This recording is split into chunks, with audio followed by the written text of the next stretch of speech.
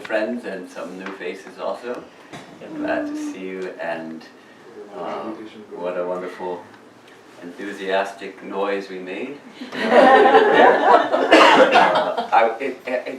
I was just reminded while we were singing the hymn to the opening hymn, the Arati hymn, which was composed, of course, by Swami Vivekananda about his master Sri Ramakrishna, that nowhere in the hymn, in the Khandana Bhavabandhana, breaker of this world's chain, nowhere in the hymn does he mention his master's name. So it's actually a universal hymn to the God-man or God-person, the incarnation. And interestingly, in Calcutta, there is a church where they sing this hymn as part of their church service to Jesus. Because it's a universal hymn, actually. It could be applied to Jesus, it could be applied to Buddha, to Rama, to Krishna, and he especially saw that same reality, the divine, manifesting in his own master, Sri Ramakrishna. But he didn't write it with his he didn't put his name in it, so it's really a universal hymn. And that's a wonderful, I thought that's really a remarkable insight that he had, and that he composed it that way. Whereas the second hymn is a especially devotional hymn, overflowing with love of Vivekananda for his master, and this expressing a complete surrender and taking complete refuge in his master. And Sri Ramakrishna's name does come in the second hymn twice. And of course the third hymn we sang, to the Divine Mother. These are the traditional hymns sung in our order. And now our talk tonight is, I titled it The Song of the Free. And that is the name of a poem written by Swami Vivekananda, called The Song of the Free, it takes the approach of jnana, of wisdom, to the divine. As we know, there are two main approaches in spiritual life, though we have the different practices, the 4 yogas, but we have 2 main approaches: the approach of devotion, that I love God, I want to know God through love, and the approach of wisdom, which is I want to know God directly. I want to know, well, it's interesting because the devotional attitude seeks God, whereas the attitude of wisdom, of jnana, seeks first and foremost to know, who am I? Who am I? What am I? And then finding ultimately that I am one with God, one with the Absolute, one with Brahman. And in spiritual life, there are a few people who are exclusively suited to one or the other of these 2 approaches.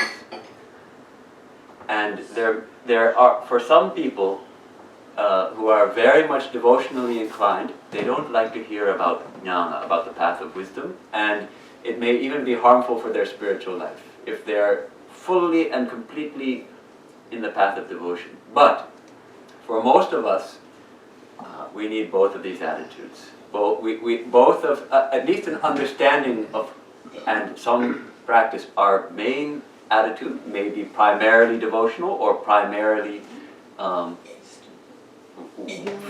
the standpoint of wisdom.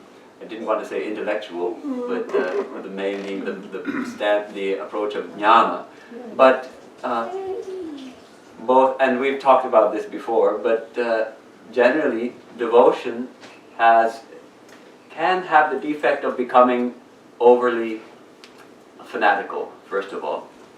My God is the only true God, and everybody else's God is not really God, and if you don't believe in my God, you're not going to make it. In some religions they even say you're going to hell. At least in Hinduism you say, well, you'll have to come back again. but until you accept Krishna, you'll have to come back again and again. There is that attitude. We find that. Now, in our Ramakrishna Vedanta tradition, we don't have that problem because Sri Ramakrishna has emphasized again and again, as many faiths, so many paths, all the different forms of God are just that, different forms and different names. It's God is one. So we don't have that problem too much. But adding a little jnana counterbalances this defect of becoming fanatical. And that's really what Sri Ramakrishna does by explaining that the divine is one, but it manifests itself in so many different ways. Another defect of bhakti can be that it becomes overly sentimental and not really pure love.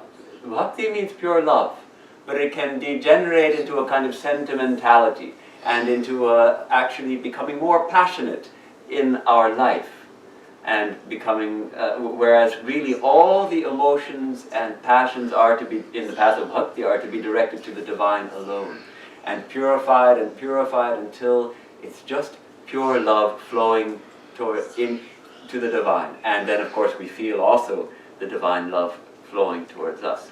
But so adding a little jnana balances that overly sentimental, the danger of too much sentimentality. Now there's a third danger, I think, in the path of devotion, and that's partly because of the traditions of bhakti, that is that we can tend to think of ourselves as weak and humble and even as sinners. Of course, the Christian tradition has that fairly strongly, quite depending on which stream.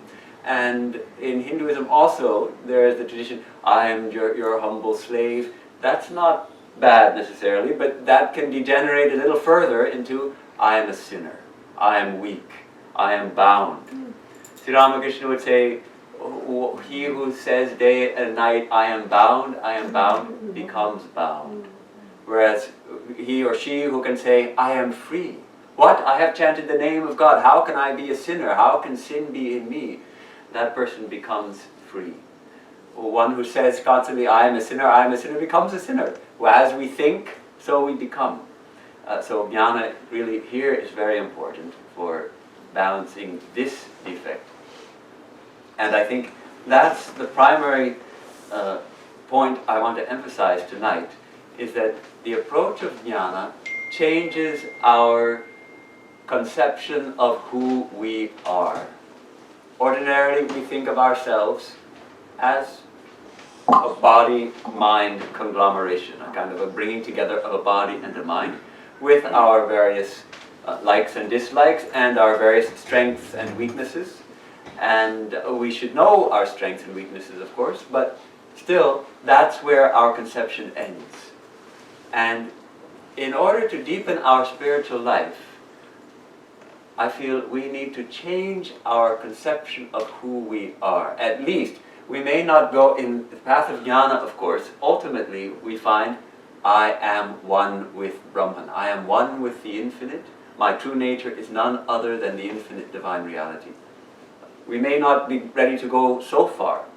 And Sri Ramakrishna used to say that's really a very high ideal. But we should have a sense that I am more than body and mind. I am a soul of the very nature of spirit, of the very nature of consciousness and bliss. The next step is to take it to I am one with the infinite consciousness and bliss. But this first step is very important also in the path of devotion. How can I worship God, the infinite, all blissful reality, if I am some measly speck of dirt? Impossible. I also must be of the nature of consciousness if I am to approach the infinite consciousness and let the Lord decide when this little drop will realize that it actually is one with the infinite ocean. That comes in due time. But at least I should have a conception of myself as of the similar nature to God. I also have divine nature, yes. We have the divine nature, you and me both. So, I haven't seen her so old. It's been a year at least since we met. So, now, jnana also, because we were talking about how the paths balance each other, jnana has the danger of becoming overly intellectual and dry, only logic chopping, only analyzing my experience day and night, and cogitating over what's my real nature and what's the nature of God, and I am not this, and it can become very dry. It can be all in the head and not at all in the heart. So, bhakti naturally cures this defect of jnana, of taking the purely wisdom approach.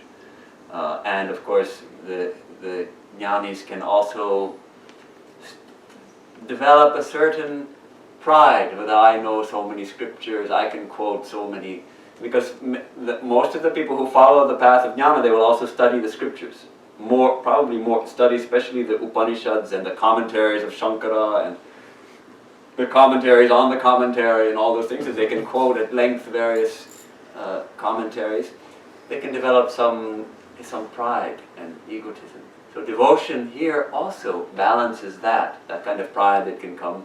And see, a ripe jnana knows I am infinite spirit, one with the spirit in everybody. But an unripe jnana, I can say, I am the shining light, and forget that same shining light which I am is that same shining light shining in all beings.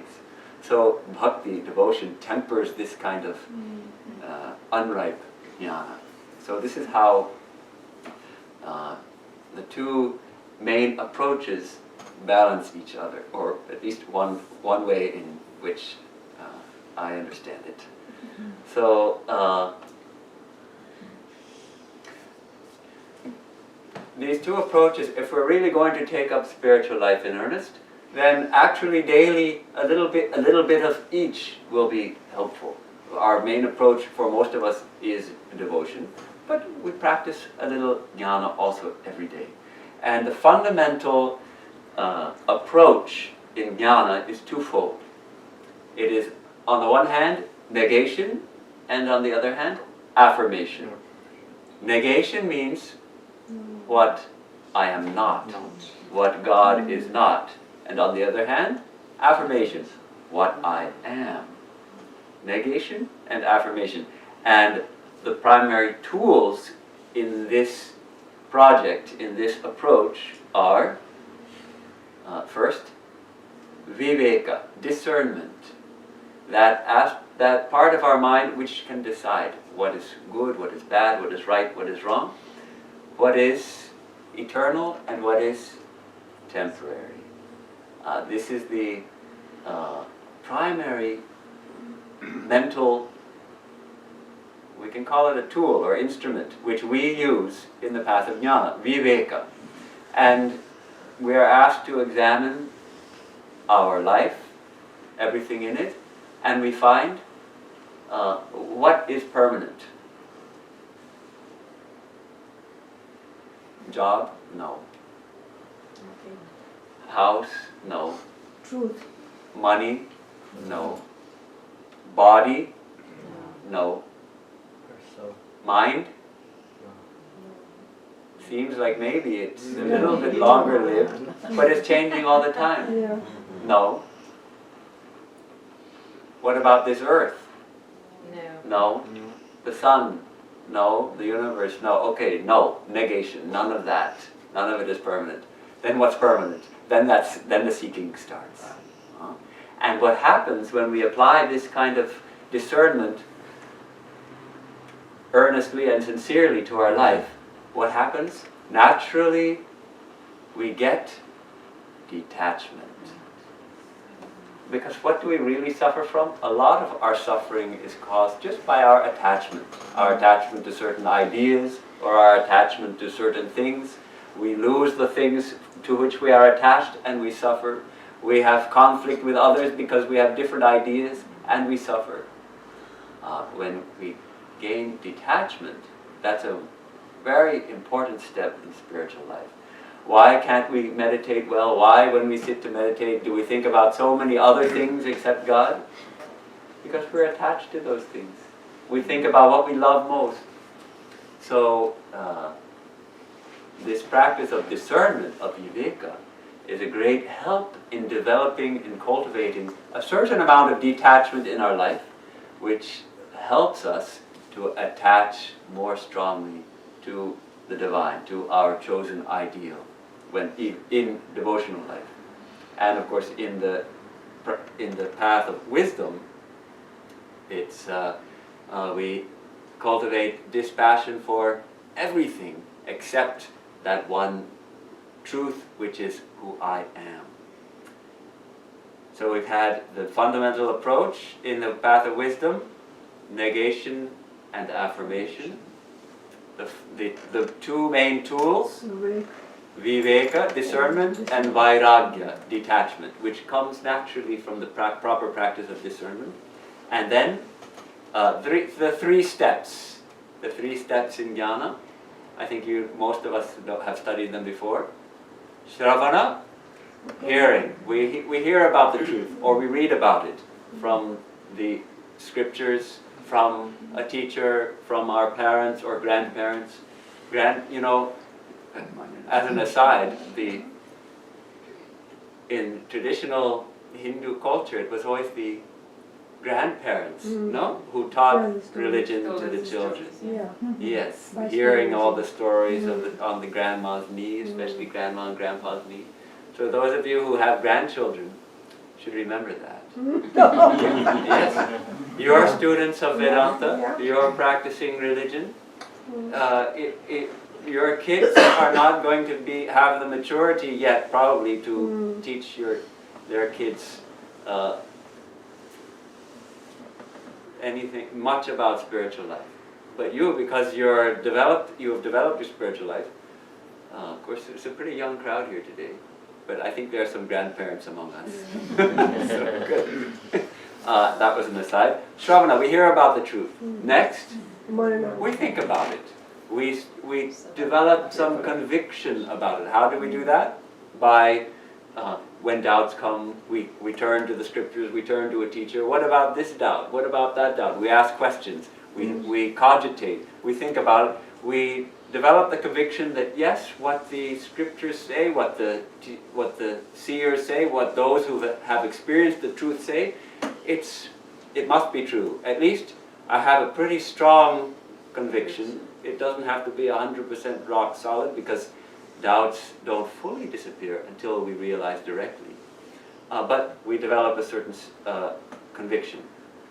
Then we meditate, nididhyasana, and we make it our own, and we realize. Then comes realization. So we have these three steps: Shravana, Manana, Nididhyasana. Hearing, cogitating, developing conviction, and then meditating. And traditionally, this is done with the teachings of the Upanishads. The Upanishads are wonderful discourses between the teachers, the ancient rishis, the ancient seers who experienced the truth directly, and their disciples. There are most of them in the form of conversations. In fact, the very word Upanishad the meaning is often derived this way, that from the root sad, which means to sit. And upa means nearby, ni means a little below, because when we sit at our teacher's feet, so that the disciples are sitting near the teacher to hear the truth. And of course, they were only transmitted orally for millennia, and now they've been written down so we can read them. So these Upanishads are very powerful verses. We call the verses actually mantras, because they encapsulate the truth, the experience of the seers who experienced the truth directly. And by meditating on these verses, they are meant for us to awaken. That was interesting. Wake up! Yes, that's what they're saying. Wake up! And they have this power. When we take these verses of Upanishads, we can take them as meditation. They have the power to wake us up and realize the truth directly. That's the purpose. Why did the seers, the seers who realized the truth, they could have kept their realization to themselves. Sri Ramakrishna gives the example of some people, they get a good, nice, ripe mango, and they go to their kitchen quietly, and they cut it up, and they eat the whole thing, and they enjoy it so much, and then they wipe all traces of it from their mouth, and they go out happily and don't tell anybody. They could be that. There are some spiritual seekers who attain enlightenment, who attain realization, and they don't tell anybody. They just keep quiet. But there are some people, when they get a nice, ripe, juicy mango, and they taste it, wow, it's so good, and they want to share it with everybody. They want others also to enjoy the mango. So the rishis are like that. Out of compassion for suffering humanity, they expressed the truth that they realized, and they want their disciples, they want us also to realize. So this is the Upanishads. Now, where I'm going with this is that Swami Vivekananda is a kind of modern rishi. Like the sages of the Upanishads, he also is a sage. Did we turn it off or still running? Turn it off for now. Oh, okay. Changing the... I'll talk louder. I'm already talking loud. Because it's a thrilling topic. He also had the direct realization of truth, and he had the gift of expressing that truth to his disciples and to his students and all over America in powerful lectures and writings. Now, his words carry this power. In fact, one of our Swamis said that Sanskrit, of course, is considered a holy language, a sacred language, because the highest truths of Vedanta are expressed in Sanskrit. He said, Swami Vivekananda has made English also a holy language because he has expressed the highest truths in the English language. So his words carry this power to rejuvenate us, to strengthen us, to face the challenges of life, and to bring us to spiritual realization. Most of his teachings also were delivered in conversation, just like the Upanishads. So, and he himself was deeply grounded in the Upanishads. He himself would say, I have never taught anything but the Upanishads. And so, I want to take up today one, we can call it a kind of Vivekananda Upanishad. A conversation between Swami Vivekananda and not really his disciple, but his friend, more than friend, his sister, his American sister, Mary Hale. Vivekananda, when he came to America, he ended up in Chicago to participate in the Parliament of the World's Religions, and he got lost, and the Hale family took him in, and they became his American family, and he developed this deep brotherly, sisterly relationship with the 4 daughters of the Hale family. There were 2 daughters and 2 nieces, the McKinleys and the Hales. And the closest really was Mary Hale. It was such a beautiful relationship, untinged by any carnality whatsoever. Just a pure sisterly, brotherly love they had between each other. And the poem that I want to take up today forms a part of the correspondence that they had between each other. What I love about his letters to Mary Hale are that on the one hand we get a glimpse of Swami Vivekananda's human side. He's very affectionate, and he could unburden his heart when he's having maybe some health trouble or some trouble in... he faced so much trouble when he was here. He could unburden his heart to her, and yet at the same time, and poking fun, just teasing her, and then interspersed the highest spiritual teachings, interspersed in these letters. So let's recall, Swami Vivekananda began his public work really on September 11, 1893, 9/11/1893, and he worked very hard for the next several years, extremely hard, traveling all over America, delivering his much needed message of the divinity of the soul and the harmony of religions. And we can say his message fell on parched soil, on the parched hearts, and was received with so much enthusiasm and eagerness. But there was also quite a backlash, a tremendous backlash in fact, from the conservative sections of society, from the missionaries whose donations were starting to dry up, as people found, because the donations were for sending missionaries to India to convert the heathens. And suddenly they see one of the heathens who has more spirituality than the missionaries. So the donations were drying up. And the backlash reached such a point that in Detroit there was even an attempt on his life. He was at a dinner party, probably after a lecture or something. And after dinner, he was offered a cup of coffee. And as he was holding the cup, he had a mystic vision of his master Sri Ramakrishna saying, "Don't drink that, it's poison." So it came to that point, attempt on his life. So anyhow, he was also fighting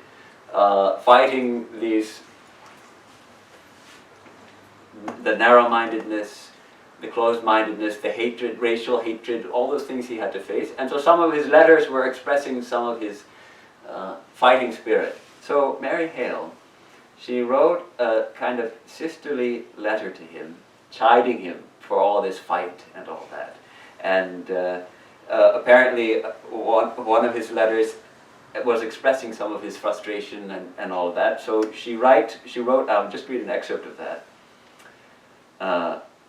Now that the second letter has come, beginning with the same story, full of the same spirit, not of love but of hate, of revilings, of bitterness and of rancor, I cannot but express myself.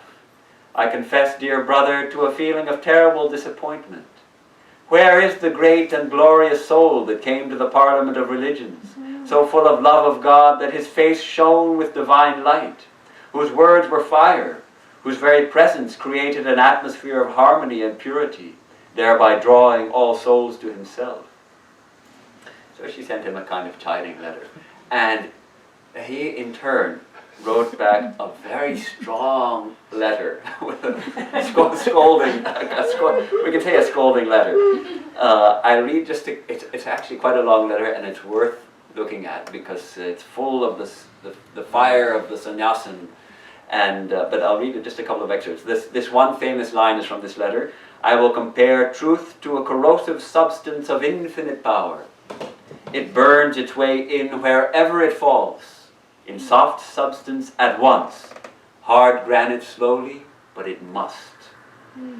And then well, let me read this excerpt. He writes, I am very glad of your criticisms, and am not sorry at all. The other day at Miss Thursby's, I had an excited argument with a Presbyterian gentleman, who as usual got very hot, angry, and abusive.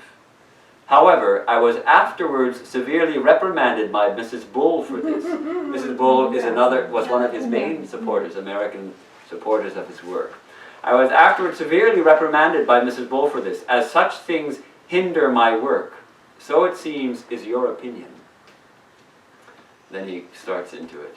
You are mistaken, utterly mistaken, if you think I have a work, as Mrs. Bull thinks. I have no work, under or beyond the sun. I have a message, and I will give it after my own fashion. I will neither Hinduize my message, nor Christianize it, nor make it any eyes in the world. I will only my-eyes it, and that is all. Then what is that message? You remember he said, as Buddha had a message for the East, I have a message for the West. What is that message? He says, liberty, Mukti is all my religion, and everything that tries to curb it I will avoid by fight or flight. Pooh, I try to pacify the priests? Sister, do not take this amiss, but you are babies, and babies must submit to be taught. You have not yet drunk of that fountain which makes reason unreason, mortal immortal, this world a zero and of man a god. Come out, if you can, of this network of foolishness they call this world. Then I will call you indeed brave and free. If you cannot, cheer those that dare dash this false god society to the ground and trample on its unmitigated hypocrisy. If you cannot cheer them, pray, be silent. But do not try to drag them down again into the mire with such false nonsense as compromise and becoming nice and sweet. So that's just an excerpt of this letter, full of fire. Sorry, what's that page number? Because I have a book on your... You'll have to look it up. It's the complete works of Swami Vivekananda. I can look it up for you. I mean, letters of Swami Vivekananda is not there, though. It's probably in the letters. Okay. Yes. Written on February 1st, 1895. 1895. February 1st. So, now he had fired off this very strong letter, and probably after he cooled down a little, he was feeling like, I wrote such a strong letter to my dear sister who I love so much. So he wrote another letter. And how did he write this letter? He wrote it in poetry. The whole letter is written in poetry. And the first part, it's really kind of what they call doggerel. It's a kind of silly verse in which it's like a little peace offering. And it's really beautiful. I'll read that first part. Now, Sister Mary, you need not be sorry for the hard raps I gave you. You know full well, though you like me tell, with my whole heart I love you. The babies, I bet, he's referring to the four sisters, the babies, I bet, the best friends I met, will stand by me in weal and woe. And so will I do. You know it too. Life, name, or fame, even heaven forego for the sweet sisters four. Sans reproche et sans peur, from the French, without reproach and without fear. The truest, noblest, steadfast, best. So that's the first part of the little poem. And then, amazingly, he completely switches gears and he composes this incredible, we can only call it, say, a paean to the glory of the soul, the infinite glory of the soul. These are 11 verses of fire, proclaiming our true nature as nothing less than the divine. So it's as if that fire which came out in that first letter comes out again, but gently, yet delivering the same message of our true nature being divine. And this is really like an Upanishad. The Upanishads also are written in verse. This is also written in verse. Let me read it out first, and then we'll take this as Shravana. We're hearing the teaching of Vivekananda, and then we'll do a little manana, a little discussion of some of the verses. The wounded snake its hood unfurls, the flame stirred up doth blaze. The desert air resounds the calls of heart-struck lion's rage. The cloud puts forth its deluge strength when lightning cleaves its breast. When the soul is stirred to its inmost depth, great ones unfold their best. Let eyes grow dim and heart grow faint, and friendship fail and love betray. Let fate its 100 horrors send, and clotted darkness block the way.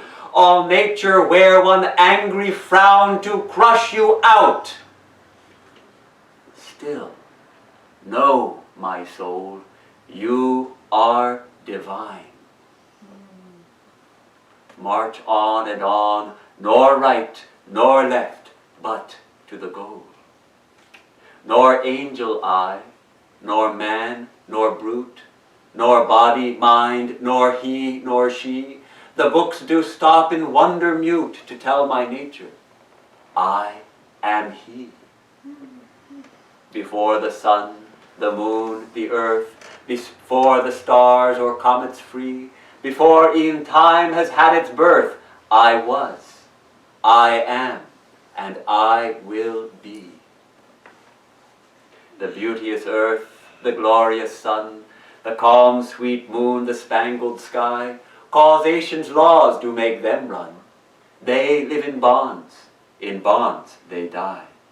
And mind its mantle, dreamy net casts o'er them all and holds them fast. In warp and woof of thought are set earth, hells and heavens, or worst, or best.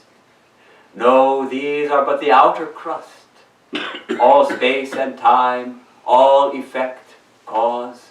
I am beyond all sense, all thoughts, the witness of the universe. Not two nor many, 'tis but one, and thus in me all me's I have. I cannot hate, I cannot shun myself from me, I can but love. From dreams awake, from bonds be free, this mystery, my shadow, cannot frighten me. Know, once for all, that I am he. So this is the Vivekananda Upanishad, as it were, an amazing scripture, amazing piece of scripture, penned by Swami Vivekananda to his sister Mary Hale.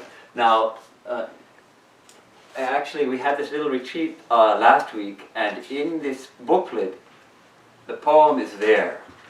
So maybe you'd like to follow along. It's on page 5. You can pass these out. I'm probably not enough for everyone, but you can share a little bit. And we can just go through these wonderful verses. And where does it start? It starts with a kind of a call to action. Perhaps reflect page 5. Yes. Do you see it there? Maybe I should wait Yes, until it's we fine. pass it around. Yes, it's right.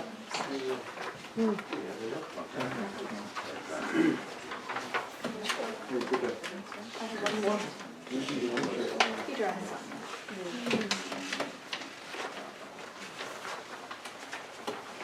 Okay, so we can. I look at this as, on the one hand, it's like a call. The first 2 verses are like, it's the introduction. It's a call to action. It expresses his own attitude when faced, how much difficulty he was facing, and when faced with such difficulty, what happens? What happens when we are faced with difficulty? The weak collapse, but the strong, the great ones, unfold their best. He's calling on all of us to know that infinite strength is within us. When faced with difficulties, when the lightning cleaves the breast of the cloud, what happens? It puts forth all the strength. When the lion is struck to the heart, the whole desert resounds with the roar. When we face difficulties, let us also turn within to find that reservoir of infinite strength which lies within all of us, and face those difficulties. Face them.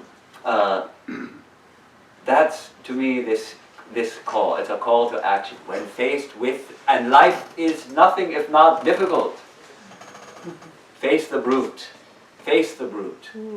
This is from Swami Vivekananda's experience. You know, he was walking in Benares at the Durga temple, and there was a whole group of monkeys there, and the monkeys began to chase him.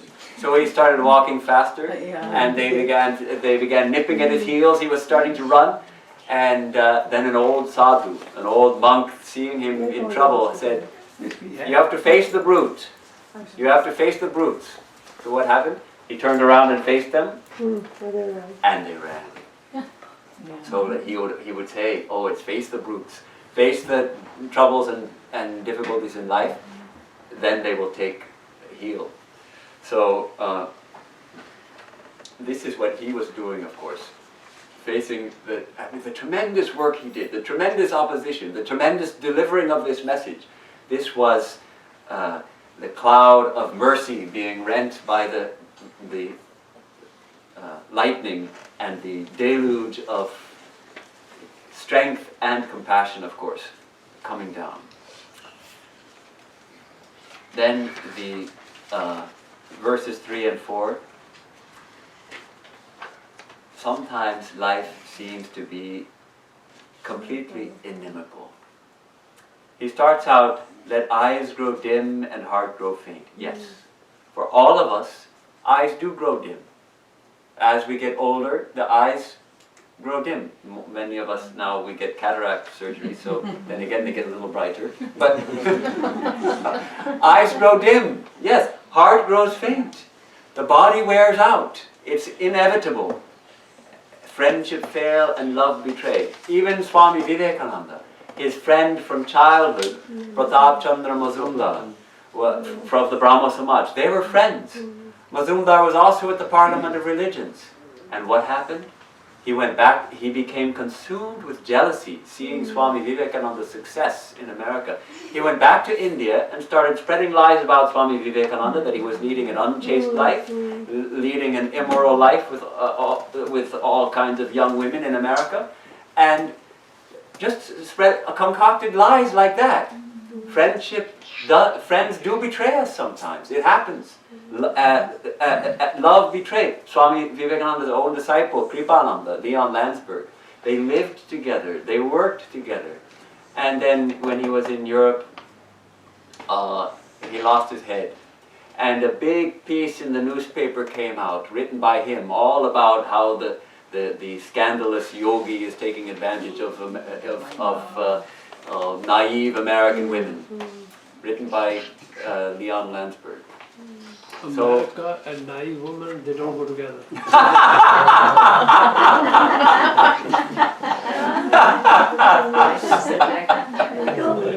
You never know a woman until you meet in the court.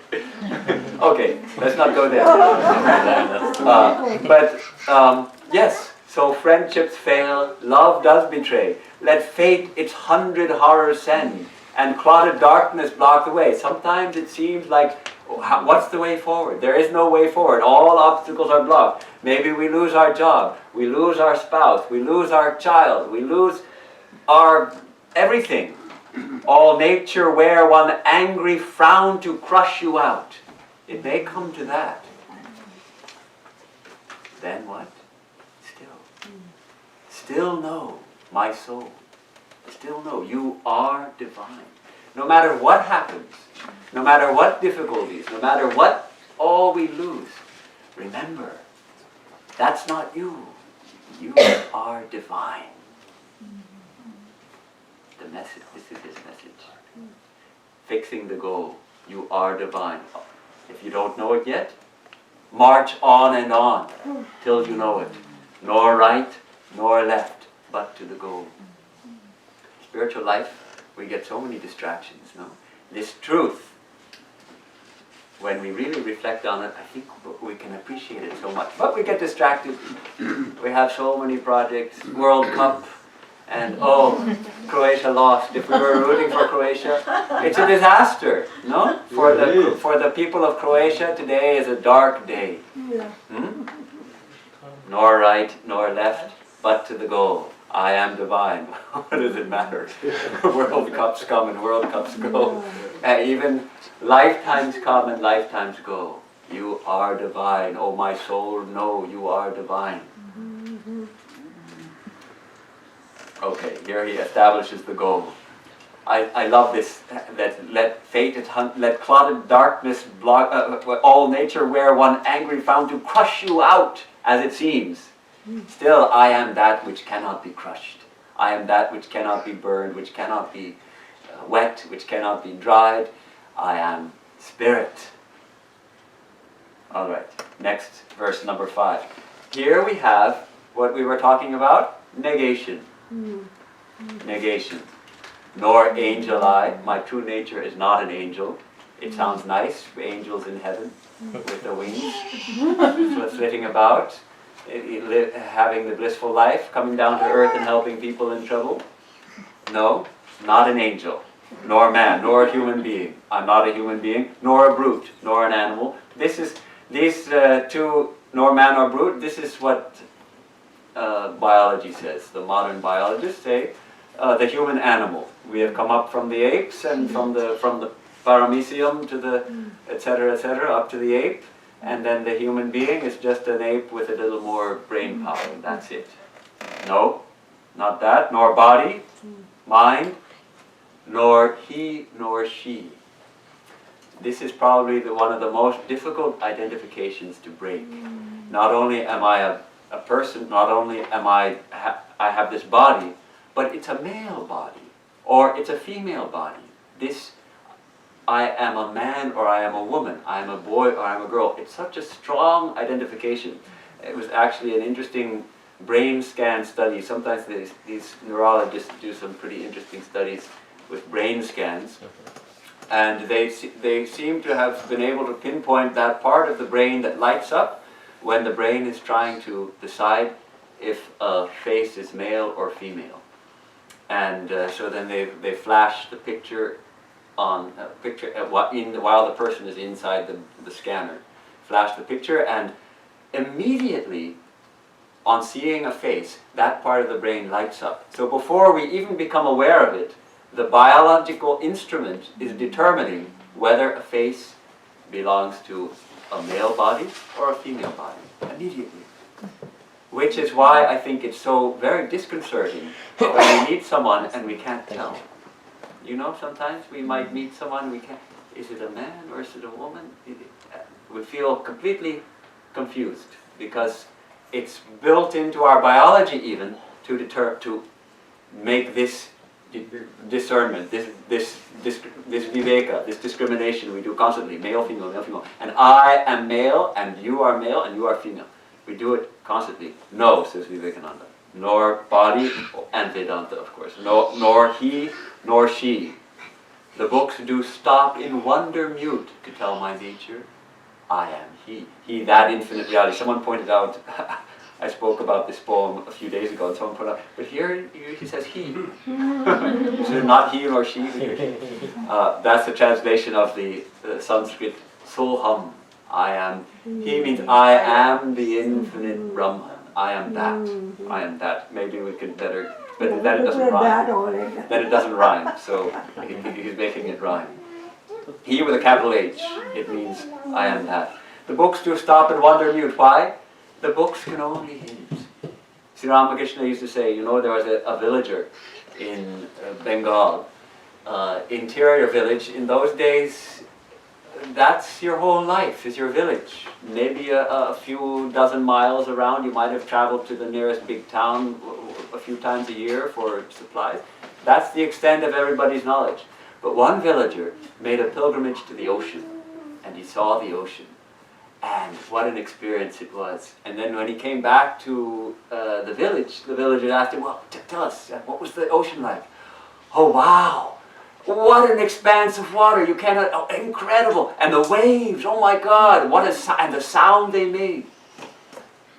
So the scriptures which describe Brahman, describe what God is like, they're like that villager giving that description of the ocean. It gives us some kind of faint idea, but you have to go see it yourself to know. So the books do stop and wonder mute to tell my nature, I am he. Now the 6th verse. Before the sun, the moon, the earth, before the stars or comets free, before e'en time has had its birth, I was, I am, and I will be. How grand, the infinite time. Time seems absolutely infinite, and yet I am before that. My true nature is existence itself. Here, in this verse, Swami Vivekananda is pointing out the Sat aspect of our true nature.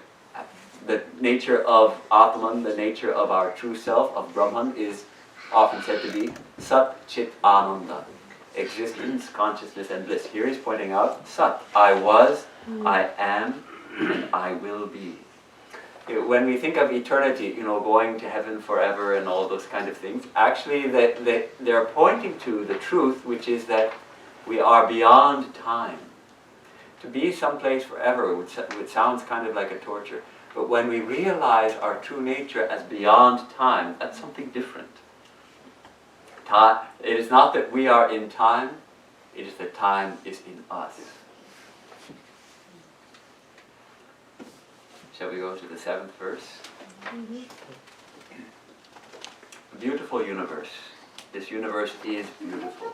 And it can be very inspiring. We go to the Himalayas and we feel our breath is taken away. We feel like we are seeing the divine manifest here before us. Or who can doubt the glory of the spangled sky, no? And on a moonless night, and nowadays we have to go very far from the city also, where there's no city lights to pollute they call it light pollution, the astronomers, and to see the Milky Way.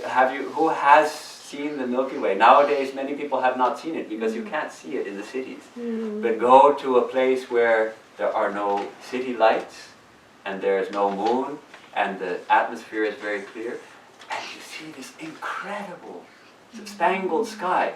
The cowboy song, no? There's a famous American cowboy song called Home on the Range. And the 2nd verse says, how often at night, when the heavens are bright with the light of the glittering stars, I stood there amazed, and I asked as I gazed, does their glory exceed that of ours? Home, home on the range. So the range, being out on the range, and we think that the glory of the stars exceeds that of ours. No, says Swami Vivekananda. They may be beautiful, and they may be inspiring, but they live in bonds, and in bonds they die. They're still subject to cause and effect. Even every star is destined to die one day. Every star is destined to die. The interesting event happened on a ship on the Mediterranean. Swami Vivekananda was on his way back, I'm not sure where at that time. They were on a ship on the Mediterranean, and they were passing by Sicily and the Straits of Messina. I don't know more than where that is, but there was a volcano called Mount Etna, famous volcano, which is often kind of spewing some smoke, and it was in slight eruption, and the sun was setting. It was a glorious sunset, and Mount Etna was in a slight eruption, and then the moon rose. And so you can imagine it was some breathtaking view. And what did Swami Vivekananda say? He said, Messina must thank me. It is I who give her all her beauty. I means the true I. That is the source of everything. That is the source of all the beauty. So this again is part of that negation. Recognizing the beauty and saying, no, that's still subject to time, space, and causality. They live in bonds they die. And mind its mantle, dreamy net casts o'er them all and holds them fast. In warp and woof of thought are set earth, hells, and heavens, or worst or best. All our experience comes in, of course, it comes in 5 channels, doesn't it? This 1, 2, 3, 4, 5. 5 channels we learn about. All our experience takes place, and then what is it translated into? Sensations, inner sensations and thoughts. This is our experience of the world. We don't actually experience the world directly. We experience it as mediated through our organs, and experience it as sensations in the mind, sensations and thoughts. So actually the whole thing, the whole universe, earth and hells and heavens are but thoughts and sensations in our own inner mind. These are but the outer crust. That's just the outer crust. Everything, all space and time, all effect and cause, I am beyond all sense, all sensations, all thoughts. I am actually the witness of the universe. The eternal witness, beyond time. Here he's pointing out our nature as chit, consciousness. Our nature as pure consciousness, chit, the witness, in which all these things arise. Okay, we're almost there. This next verse is probably my favorite one. Not two nor many, 'tis but one. And thus in me, all me's I have. I cannot hate, I cannot shun myself from me. I can but love. This verse is actually almost a direct translation of the 6th mantra of the Isha Upanishad, which goes like this. Yastu sarvani bhutanyatmanyevanupashyati sarvabhuteshu chatmanam tato na vijugupsate. This verse is describing the person of realization, and the language here is Yastu, that person who beholds all beings in the self, and the self in all beings, and therefore does not hate anyone. That's the meaning of the verse. And here he has put it so appealingly and really translated it into our, what is the self? Well, that's me. That's the true me, the real me. So seeing the self in all beings and all beings in the self, he's put it in this very direct language. Thus in me, all me's I have. This is a direct translation in modern English of this idea of seeing the self in all beings and all beings in the self. Thus in me, all me's I have. I cannot hate. I cannot shun myself from me. Isn't it so clear? That if all me's are in me, then if I hate anything, if I hate anyone, I'm only hating myself. I'm separating out a part of myself and hating it. But if it's just one, then how can I hate? I can but love. I can but love. And love is none other than Ananda. Here he's pointing out this Ananda aspect of our being, Satchit Ananda. He covers all three in the poem. And this is also really the practice of, for Vivekananda, the practical application of jnana in life is love, to love everybody. That verse, that line from his letter to Goodwin, I must have read it too many times. It is unswerving love and perfect unselfishness that conquer everything. We Vedantists in every difficulty ought to ask the subjective question, why do I see that? Why can I not conquer this with love? Love really is it not, that feeling of oneness? The more we love someone, the more we feel one with them. The more we love God, the more we feel one with love, with God. The practical application of jnana, of oneness, of recognizing oneness is love. From dreams awake, wake up. That's the message of Vivekananda. Wake up, know yourself. Wake, from dreams awake, from bonds be free. Be not afraid. This mystery, my shadow, cannot frighten me. Know once for all that I am He.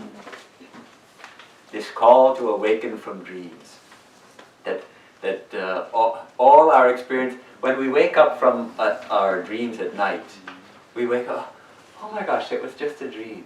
Oftentimes, oh thank God it was just a dream. The sages say that when we awaken to our true nature, then this life this life which we take to be so real, with all its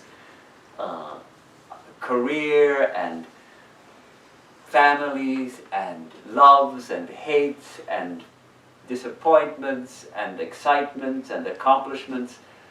Oh, I was dreaming. It was a long dream. I am infinite joy and infinite bliss. I was dreaming this limited dream. And in the words of Vivekananda, man, the infinite dreamer, dreaming finite dreams. Our nature is infinite. He also, one of his other poems, another one we could take up sometime, he says, be bold and face the truth, be one with it. Let visions cease. Or if you cannot, then dream but truer dreams, which are eternal love and service free. So if we are unable to completely awake from our dreams, then dream truer dreams, which are eternal love and service free, and break our bonds. So I hope you appreciated this poem. Very It's good. something to memorize. When I saw that topic, I didn't know that you will be delivering like this. I said, it sounds good, the songs are free. It sounds good, so that's it. But I did not know what it was. So I'm glad I selected this. Oh yes, I gave you some possible I topics. know, that and you I suggested. picked this one up. The Song of the Free. Well, I don't think Vivekananda himself gave the poem this name. He just wrote a letter to his dear sister, Yeah. and it was named afterwards as the Song of the Free. But it's an appropriate very title. good, They used to say, "Freedom, oh freedom, is the song of the soul." It's the song of the soul. But Swamiji, one thing, so if I don't have the negation and the affirmation, how do you go for devotion? I negate a lot of things, Yeah. then I have affirmation, that should be the primary thing? Well, that's the jnana side, negation and affirmation. Yeah, without negation and affirmation, Why is it do you possible want to go to the... you want to skip all that? You don't like it? It's not for everybody. If you don't want, all right. Pray to the Lord. What are the practices of devotion? We spent one of the most important practices, actually for both practice of devotion and the practice of wisdom. Spend time with like-minded people. That's one of the most important practices. If we want to get devotion, spend time with devotees. That's one of the most important No, ways to get devotion. if I go for devotion also, Yes. if in between I may have some negation and affirmation, it will be every time. Yes, So what absolutely. I'm doing that. Remind yourself. We remind ourselves. And then we practice devotion. Oh, so many practices also for cultivating devotion. I've already bent your ear for over an hour, so I don't think we can go into that now. Okay. But you know. We sing hymns, we pray, repeat the holy name, spend time with devotees, all those things. It's in the last paragraph. The last 4 lines is saying how That's all I Narada think to be. is the best form of bhakti. If you are doing devotion, doesn't mean you are doing the Okay. devotion inside. I do it. He's a gifted poet. All right, so I think we should close here. Let's have a closing prayer. We can chant it together. We'll chant the Asatoma prayer. Those of you who know it, will chant it with me.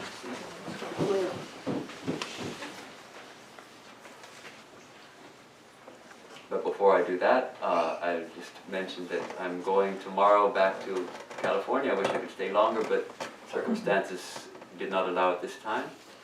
But What time? afternoon. But it's been wonderful to see you, and last week and tonight. And please come and continue to support the center. The regularly monks are coming, nuns are coming, and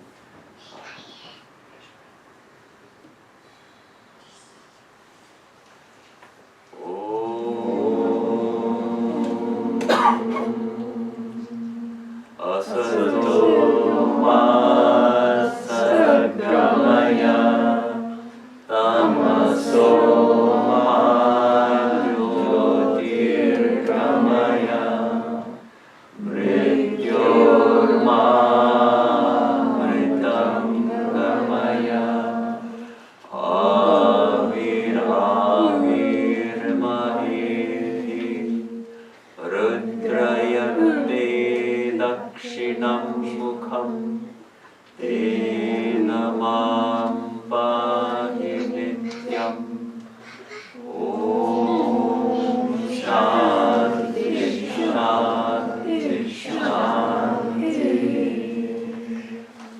unreal, lead us to the real.